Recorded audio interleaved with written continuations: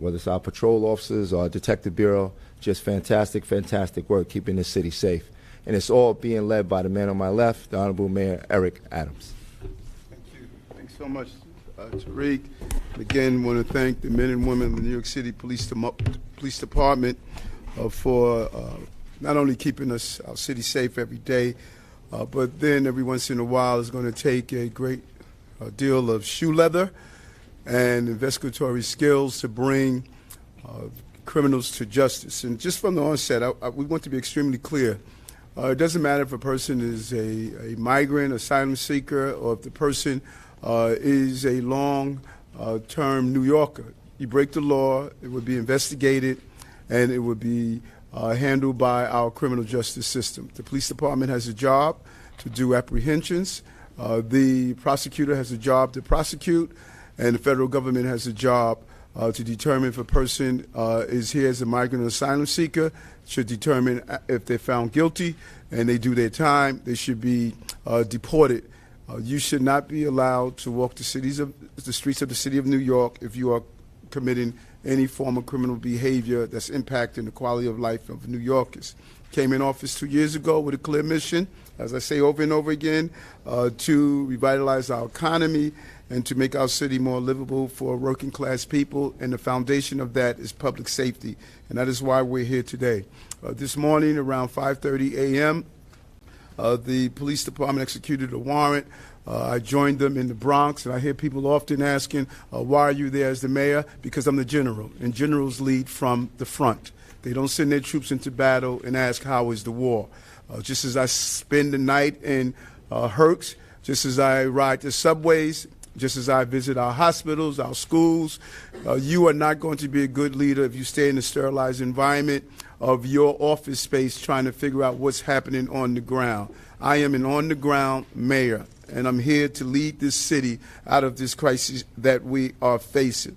We have been extremely successful in decreasing crime in this city because of the work of the New York City Police Department. So today I want to thank them for their precision policing and what they have done in this city over the last 2 years.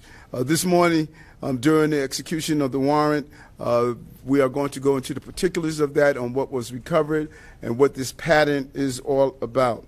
We believe the individuals involved have been involved in 62 robbery incidents across our city, including our transit system, including riding on mopeds, scooters, and snatching property of New Yorkers, such as iPhones and wallets. These individuals do not have a license to steal in our city.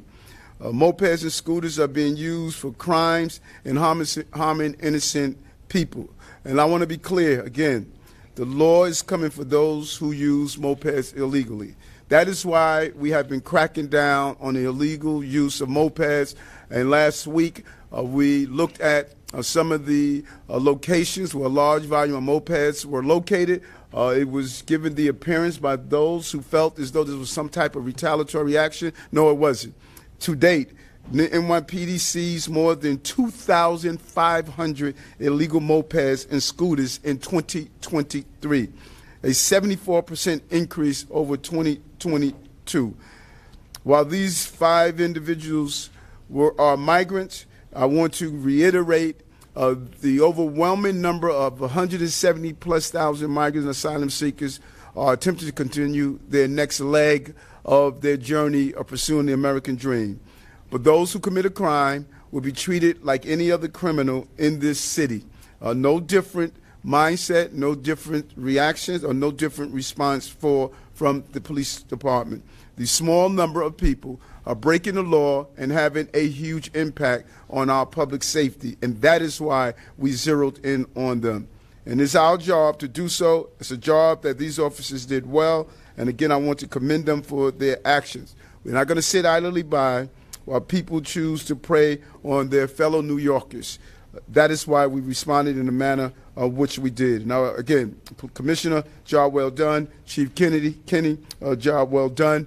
We're going to lay out what happened in this incident as you see the images that on top. Right now, I'm going to turn it over to the Police Commissioner of the City of New York, Commissioner Eddie Caban. Okay, good afternoon, everyone. Thank you, Mr. Mayor, and as always, thank you for your leadership. So in recent months, a wave of migrant crime has washed over our city, but by no means do the individuals committing these crimes represent the vast number of people coming to New York to build a better life. But they are, nonetheless, preying on New Yorkers and making our city less safe. And so, as with any other criminal enterprise, the NYPD and its partners at the District Attorney's Office move with purpose to disrupt their operations and hold them accountable. That is what today is all about. At the beginning of this administration, we face new and emerging challenges in the way of ghost guns and ghost cars. The inability for us to track them disrupts our investigations and makes it that much harder to bring criminals to justice. But as with anything, we learn, we evolve, and we get the bad guys. Today we are seeing similar situations with migrants. They're essentially ghost criminals. No criminal history, no photos, no cell phone, no social media. Sometimes we're even unclear on a name or a date of birth. And on top of that, these operations are extremely sophisticated. They intentionally try to evade the police. But whenever there is a challenge or a dead end, you can count on the great detectives in the world to find a way. So relying on a great deal of traditional detective work, our investigators were relentless in their pursuit of these suspects, and steadily they began piecing clues together. Today is a hard-fought win, and so I want to extend my thanks and gratitude to everyone who stayed the course and cracked the case on behalf of all New Yorkers. I will now turn it over to our Chief Detective, Joe Kenny, to share more details about this investigation. Chief. Thank you, Commissioner. Good afternoon. I'm going to discuss citywide grand larceny pattern number 156. The crimes in this pattern involve multiple thieves on mopeds, snatching cell phones and purses from their victims. These thieves would ride up behind their victims on the sidewalk, steal their property, and then make their getaway. The majority of the victims are women, simply just walking alone. We have seen that the mopeds used in these crimes are also stolen as well. The first incident of this pattern occurred on the Upper East Side of Manhattan back in November of 2023, and the most recent hit was last night in Lower Manhattan in Chinatown. There are a total of 62 incidents that have been connected to this pattern so far, touching every borough in New York City except Staten Island, with almost 56% of these crimes taking place in Manhattan. During our investigation, we learned that these perpetrators are part of a sophisticated criminal enterprise made up of migrants who have recently arrived in the United States.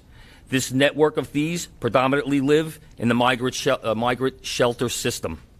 They use social media platforms to organize and coordinate their thefts. This is how they operate. The leader of the crew, identified as Victor Para, will blast out a message via WhatsApp that he is looking for phones. Para will send out specific orders for what type of phone he is looking for. And then the text will say, "I have money, I'm available, go get them." Once the messages are received, the crime wave begins, with the scooter operators making $100 a day and the actual phone snatcher making between $300 to $600 per phone that is stolen. These stolen phones are then brought to Victor Para's residence, which is located at 2970 Bronx Park East in the Bronx, which is the Parkside NYPD development. There, Para employs a tech guy who is able to hack into these stolen phones, where he gains access to the victim's financial and banking apps. These apps are used to make illegal transactions and fraudulent purchases in the United States as well as South America. Once the victim's accounts are empty or holds are put on their transactions, Victor Para will then ship the stolen phones to Colombia to be reprogrammed. To date, we have identified 14 members of this crew. 7 have been arrested and charged with multiple counts of grand larceny. 3 have been connected to several crimes, and our warrant squad is currently attempting to apprehend them, and we are building cases on the rest. And the ringleader, Victor Para, members of the NYPD executed a search warrant at his home this morning at 2970 Bronx Park East. 22 stolen phones were recovered at this location, as well as victims' identification. 5 arrests were made, including the tech guy responsible for hacking the victim's phones and personal accounts. Mr. Parra was not home at the time of this execution, but I am confident that the U.S. Marshals Regional Fugitive Task Force will locate him shortly. Mr. Parra is a male Hispanic, 30 years old. His date of birth is June 21st, 1993. He has 1 prior arrest for grand larceny in Manhattan. He is from Venezuela, and we believe he entered the country sometime back in 2023, just as these robberies began to happen. To put this in perspective, since January 1st, 2024, we have had 32 open patterns involving mopeds and phone snatches, compared to 1 this time last year. That's 147 cases, and that equals 147 victims. Thank you very much.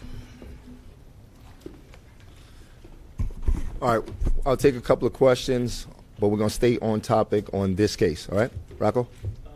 Chief, you talk about Victor Parra's history back home. Does he bring this skill set with him, or is this something that developed here?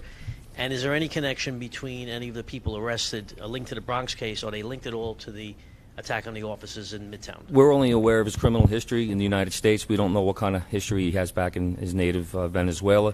And as far as the attack on 42nd Street, at this time, we have not connected any of these perpetrators to that incident.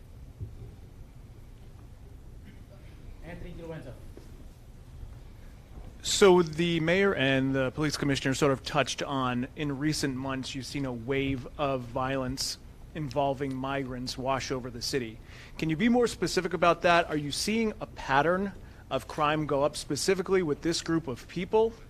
And were the people who were arrested overnight undocumented or asylum seekers? As of right now, the people that are connected to the incidents that we're looking at, they've been arrested over a period of time, not just last night. So, we're still working through their status. We don't ask them whether they're here illegally. We don't ask them if they're asylum seekers. Like I said, like the mayor said, we're treating them as we would treat any other criminal. And as far as the incidents that we're seeing, since the arrival back in April of 2023 of migrants, this type of crime, this pattern, we're seeing a significant increase in mopeds being used to commit crimes. That's it? That's it. Matt Rosenberg, 10-10 wins? So just to clarify, the initial number had been 62, but you're saying it's really a total of 147 with this network of 14 people? It's 62 incidents involving just this one pattern. So that's 62 victims. If you look at year to date, you have 32 patterns. There are multiple incidents involved in each pattern. So there's 147 incidents that are inside of those 32 patterns. And you think that all 147 or more than 62 could be connected to this group? That's the thing that's kind of unique about this pattern in itself, where normally you would have a crew of individuals that are known to each other committing these types of crimes. The commonality here is Mr. Parra. He sends out that message throughout the city. So the thieves that are committing this crime don't even know each other. They're not even aware of each other. Even to the point we're finding where if I feel like going to steal and I'm by myself, I will recruit another person to come with me. John Doyle, CBS. Chief, just a follow-up on the question from earlier. Is there an update on the beating in the Midtown South, more suspects being sought? And also, in regards to that case, is there a concern about the arrest made today about bail being an issue for these suspects as they go through the system? Well, as they go through the system, we're hoping that our partners in the district attorney's office, they've been assisting us this case all the way. They're the ones that issued the search warrant for us, that they will request bail on this case, and that'll be up to the judge to make that determination. Craig McCarthy, New York Post. Are there any, with these suspects here, any connection to bigger criminal organizations or any gang ties, maybe down to Venezuela or even here in the States? We're looking, the assault on 42nd Street, we believe some of the people that participated in that may have gang ties to Venezuela. That's based on social media, some tattoos, and some statements that were made while they were in our custody. But in this case right now, like I said, we're still vetting through it.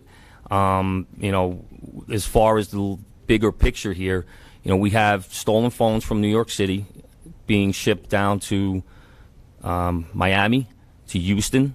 We have interstate crimes being committed based on the cash apps being used to clear out people's bank accounts, and then we also have these phones eventually making their way down to Colombia. Mark Morales, I was hoping you could put this in a little more context. I know you guys start off by saying that there was this wave of migrant crime. How does this compare to other crimes that you're seeing at this point that are involving migrants? And I know that there's an issue because of the documentation. You can't ask like what their situation is at the moment. But can you at least speak to incidents happening at the shelters, what types of incidents they are? Is there any data associated to that, kind of like what we have here where you're saying that there's 147 incidents? Yes, thank you very much, Mark. And once again, we don't track that data, but we're going to be very clear. Whether you came to this country 3 months ago or you've been to in this country for 30 years, if you commit a crime in New York City, you can be held accountable. Kelly Mena, New York 1. My question is, if there's been a pattern using these illegal mopeds and scooters, is the city doing anything when it comes to these migrant shelters, maybe looking at them more closely? Is there any new initiative when it comes to the migrant shelters, the city, and NYPD? Yeah, I'll have Chief of Patrol talk about what we're doing in and around shelters.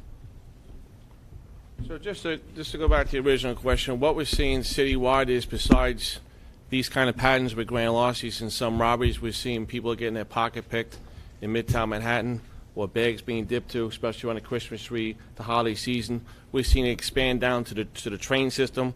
We have picks and dips in the train system with these crews. We're also we're hearing things about human trafficking starting to pop up in our world that we're taking a heavy look into. In addition to that, we see some groups going to a sunglass hut, into Bloomingdale's, into King's Plaza. So these are the trends that we are seeing in addition to these patterns we're talking about here. We also see inside the shelters, and especially Manhattan, we'll see an increase in domestic violence. Okay, that's taking place also. So that kind of puts you in the crime arena. As far as what are we doing around the shelters, besides our presence of foot posts like Lieutenant Cop were there on 42nd and 7th the other day. That's what they were there for these groups. And we're also honing in the mopeds, the illegal mopeds. We've been doing this for a year and a half. And as you can see, you can drive by any shelter, you'll see a lot of them parked out there. And some are stolen, some are not registered, they're illegal, they don't belong on the street, and we are taking them. And we're also engaging on the street like we're doing for the last year and a half, to the tune of about 28,000 mopeds, illegal ATVs off the street. In addition to the ghost cars we're looking at and the paper plates, it also goes into this, plus 45,000 in the last 18 months. I'll say it again, plus 45,000 in the last 18 months. And Anthony, just follow up, as I just told Deputy Mayor Banks, because you asked this question a few times with status. And while this administration, police department, we've always talked about welcoming asylum seekers, but once you start robbing people and stealing from them, your status is criminal, and you'll be treated as such. All right? Does that make it seem, does the mayor really think that something more needs to be, a message needs to be sent to, I don't know, there's going to be now a narrative that says that migrants are contributing to an uptick of crime in New York City. This is going to be prevalent, I'm sure, on cable networks. What would be your message if that starts to become? First of all, this is a national problem. We need a national solution on both sides of the aisles. Republicans have blocked real immigration reform for many years. It is time for us to deal with this real issue that's impacting cities. Not only New York, I speak to my mayors across the country, Chicago, Denver. We see what's playing out in Boston. This is a national problem that's impacting cities. And our message is a clear one. Over 175,000 migrants and asylum seekers that arrived here. This is 12 people. And so any New Yorker that looks at those who are trying to fulfill their next step on the American dream as being criminals, that is wrong. That is not what we're seeing. The overwhelming number of migrant and asylum seekers want to work. They want to contribute to our society. They believe that we have put a pause on their progression on contributing to our society. And we should not in any way take these criminals and state that they are the indicators of the people who are here.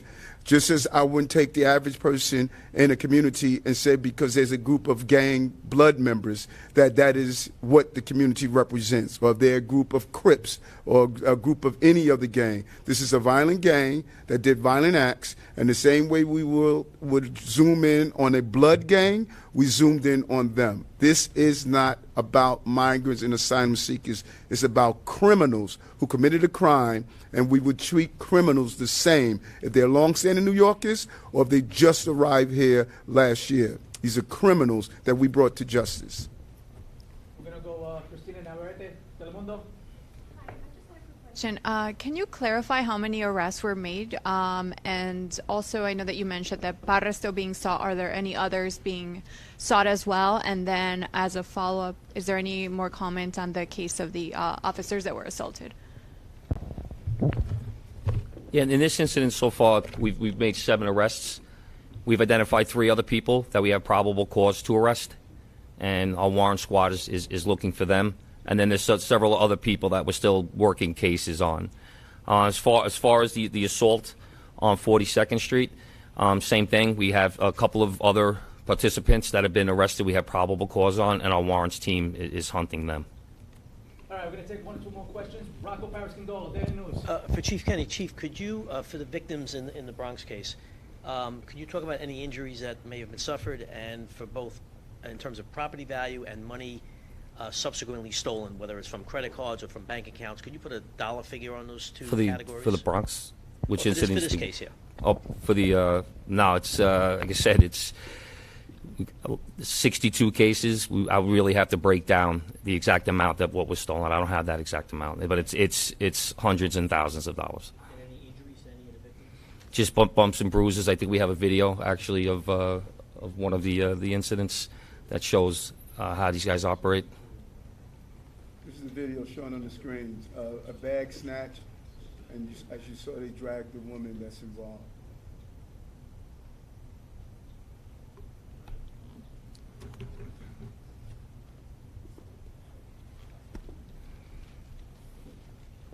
All right, we're going to take one last question. Joaquin, Univision. Yes, I know that you were talking about that before, but the law that de Blasio signed not cooperated with ICE, it says that with one exception, when there is like safety concerns. You were mentioning that Parra was arrested prior, and right now is at large. So is this a time that maybe you need to grant it this ICE request, especially because if you are not doing it, you are sending the message to the police that I don't care if you are hit, I'm gonna not cooperate to be responsible with the people that were criminals. We cooperate with our federal partners, and they do their thing, we do ours. We do work with them, but we do have travel restrictions put on Parra. We have the federal marshals are working with us to hunt him down, so we do work with our federal partners. But as far as arresting somebody simply based on their immigration status, which is what ICE does, we do not participate in that. All right, thanks, everybody. Thank you, everyone.